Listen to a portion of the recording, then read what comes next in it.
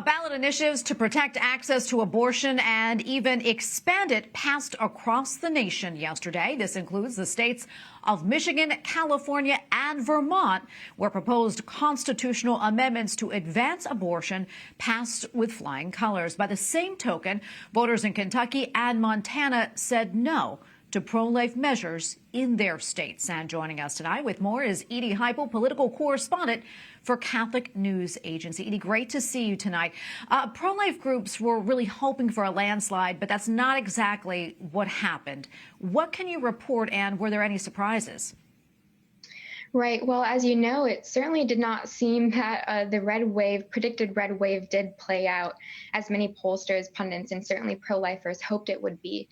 Especially in regards to the ballot initiatives, we saw in 5 states across the country that abortion won, even in typically pro-life states like Kentucky and Montana, which shot down protections for bans on partial birth abortion, for example, or treating an unborn child born alive after an abortion procedure. So it really was a night of crippling defeat in terms of the ballot initiatives. But there is hope in terms of what we can look ahead towards a hopeful majority of Republicans in the House.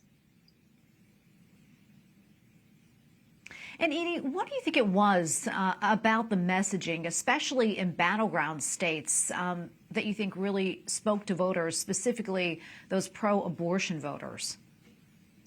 Well, one thing we're seeing specifically in battleground states, Republican candidates who refuse to be bold on the issue of abortion, who refuse to come out with a stance, who were wary of making their position clear and going on offense on the pro-life message.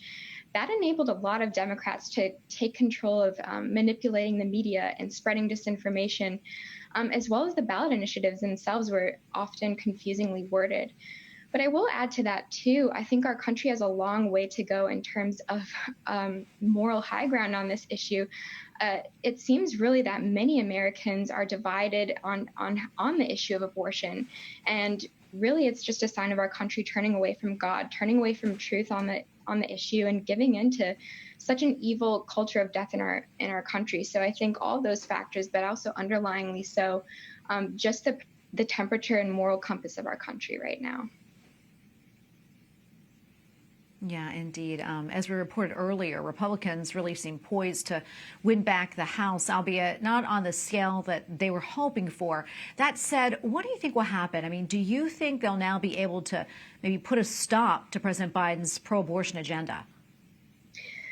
Right. Well, it certainly seems that Republicans will hold control of the House, which is certainly good news for the time being. It will handcuff Biden and the Democrat Party from pushing through, for example, the Women's Health Protection Act, which would enshrine radical, unlimited abortion in the country, and go much farther than Roe v. Wade by striking down all pro-life laws across the country.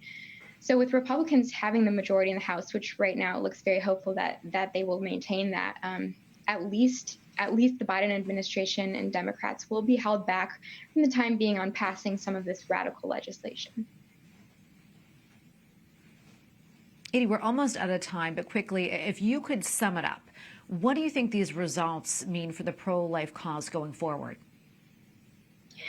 Well, I would say most overwhelmingly, I think Ron DeSantis, obviously in Florida, gave a clear pathway forward for how the Republican Party and conservatives need to fight on the cultural issues. DeSantis, with an overwhelming win, and his track record has proven that fighting on the cultural issues do matter, that taking a bold stance and making promises that will fight the cultural battles, but then actually fulfilling those promises is key to leading the pro-life movement forward and taking our country back to a country that we're proud of, a country that fears God, and a country that protects all of our vulnerable citizens from the unborn to everyone else. Edie, we're going to leave it right there. Thank you so much. We appreciate it. Pleasure as always. Thank you.